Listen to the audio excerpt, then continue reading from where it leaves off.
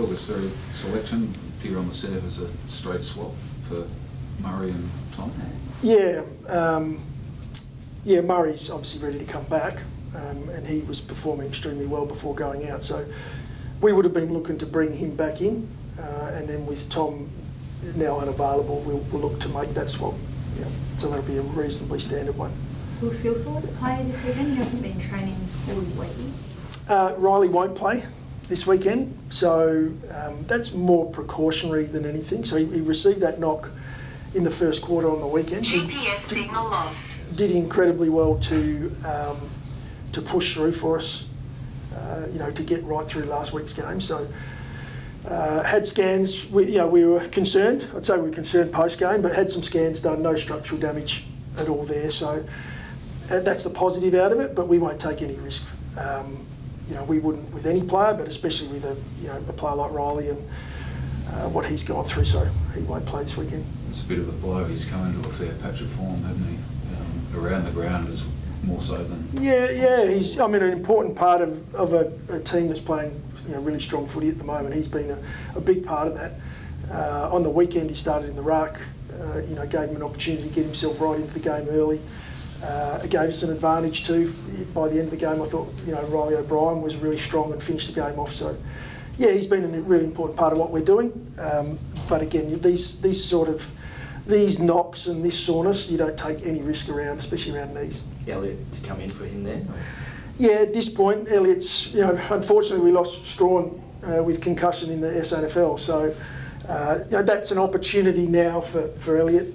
Not saying that Elliott wouldn't have come in anyway, but Strawny's been playing great footy at SANFL, so too is Elliott Himmelberg. So Elliott will get the opportunity in that position. Tex playing? At this point, we managed Tex today, so like we've done with everyone else, right throughout. So we'll see how he goes a little bit later in the week. But at this point, yeah, we're reasonably confident. If he doesn't get up, can you juggle the loss of Riley and Taylor in the forward?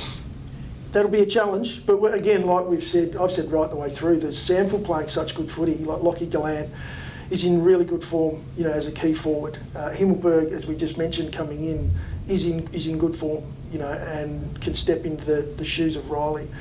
Though those two have been sort of battling it out for who plays at AFL level. And we've got others right across the board in different positions. It's why, at the moment, we're playing strong footy at both levels. So, look, we would love to have as least amount of changes as we can from such a good win. But, with Tom going out, there's some that you can't make decisions around. You're just forced into them. But, we're reasonably confident. Our management right throughout the year so far. Pedler again today. We just managed slightly in a training session. We'll continue to work the way we have, and that's probably the strength that Darren Burgess brings in his high performance group.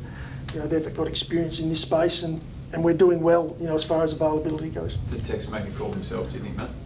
It's a bit of both of us. We both sit down and we'll talk through. We had plans coming into the season, but the plans are always adjusted slightly depending on where the group's at. There will be a point during the year that we'll manage, and Tex will be one of those. I mentioned last week Sloaney. We've done some really good stuff with Sloaney this year, and he's bought into that. The ability to start on the bench, limit game time slightly here or there in quarters, and so that's playing out really well at this point. But again, the plan's all good, and until you get challenged, so we'll see how we go. But reasonably confident. You mentioned Burjo, and you've spoken a few times this year about the team's resilience. What has he brought in that space since he's arrived at the club? Experience. Darren brings experience. He's been there and done it at all different organisations across the world, not just in our sport. And so we're able to take examples out of other sports, which maybe run slightly differently to what we do. Sometimes we can get stuck in the way we do things. We pigeonhole things and we get institutionalised in this is what we do at AFL, and to have Darren go and experience other areas, other sports, especially at the elite level, we're able to work with some of the things they do, take on some of the ideas and the methods they use.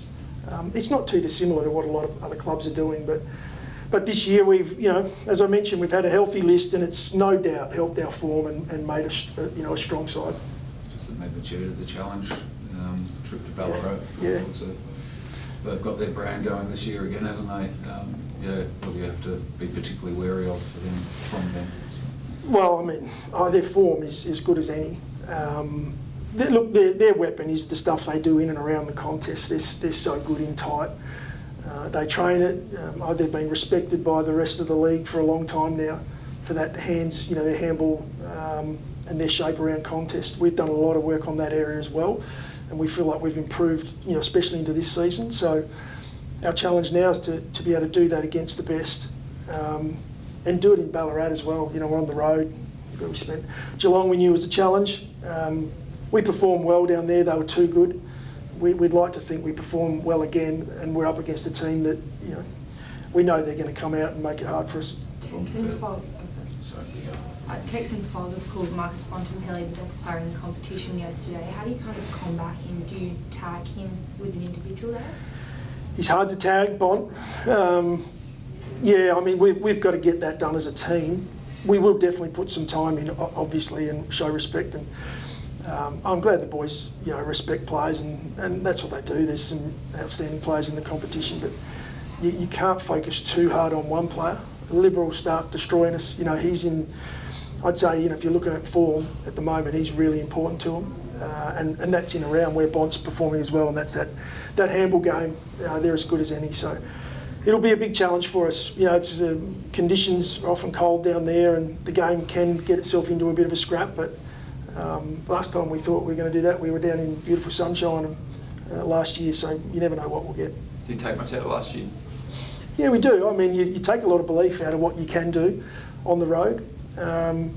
It's a challenge. We had a lot of stuff going on last year on that trip. We stayed, we didn't actually stay in Ballarat, and the bus drove to the wrong area. So we challenged our guys mentally, and they came through and performed. But who's to say it'll be the same style of game?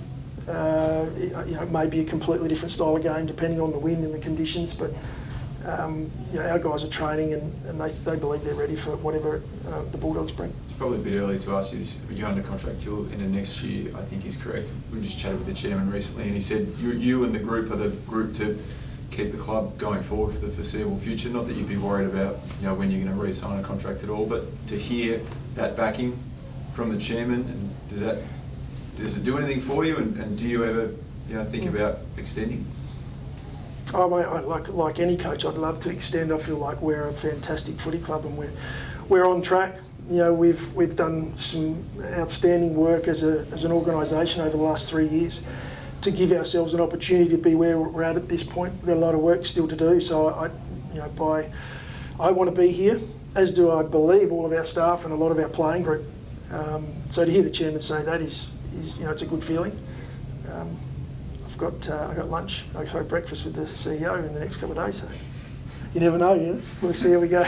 Normally full support of the board means a cardboard box, doesn't it? The board are amazing. I'm very lucky. I meet the board regularly, and we get an incredible board. And like I said, we got the right people at this footy club. We just got to keep now building what we've been doing for 3 years. I know clubs can have bad luck with injuries, but how much is a low injury list reflective of the things you've got in place off you with Burgess and Timmy Parham and those sort of guys? Look, it's a combination, and I've got a huge amount of respect for our high performance crew, but I also have a respect for our playing group. The leaders that we have in our playing group are part of the reason we have a fit list. They lead by example. They're professionals, and they've set the culture over the last few years around this is how we behave, this is how we act. This is what we do when we're not inside the four walls. So their work that they've done in the off season, and the way they prepare for the season, throughout November, December, January, I haven't seen a group do it as well. That's not taken away from other groups I've worked with. Our guys are at the highest of levels, and that's Riley O'Brien, that's Ben Keys, Taylor Walker, Rory Sloan. There's none better. And so they're hardened. Their bodies are hardened. They're fit. They're ready to go. And then we tack on top of that a very experienced, high-performance team around them. That's why our injuries, and some luck. There's no doubt there's luck involved, but our guys are fit and ready to go. How much work have you seen the group and obviously the off-field team do in that space in the last couple of years since you've been at the club? The playing group. Yeah, how much improvement have they done in that space? It's more. Yeah, it's more about embracing what's needed. You know, I came in and Rory and Tex had a certain way they trained, and they were at the highest of levels. But now they've embraced other areas of their preparation. You know, our group, you know, they work so hard in the gym.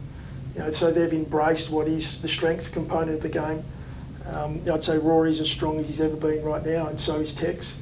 And you're seeing that in their footy. And they're not the only two. I mean, Rory Laird is another one who's, you know, Laird played and is a talented, super talented footballer, but has gone into the midfield and embraced the gym. You know, he now looks like a lot stronger inside midfielder, and that's just him embracing that hard work and detail, and then leads by example, and the boys follow. Mark Robertson and Darcy Fogarty said that they think you can contend for a flag this season. What do you kind of make of that, and do you think that you guys are playing good enough footy at the moment that you could this season potentially contend? Oh, look, I've said the whole time, you're never that bad and you're never that good. It's actually nice to be on the other end of it and actually say you're never that good. And we know that.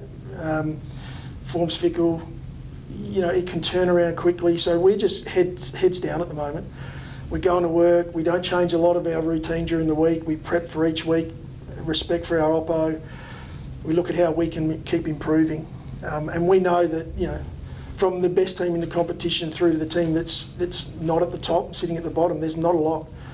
Our game's so close now, so we'll just continue to work in that space. You're never that good and you're never that bad.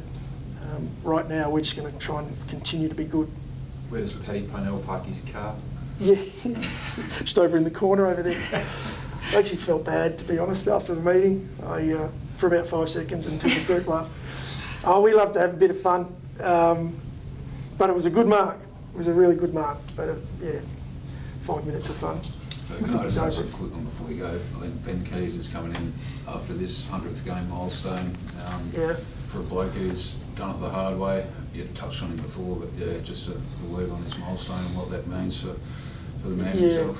For the individual, and it's good. It's recognition of what he's been able to do. It's an incredible journey where, you know, some would have given up. Ben Keys won't give up.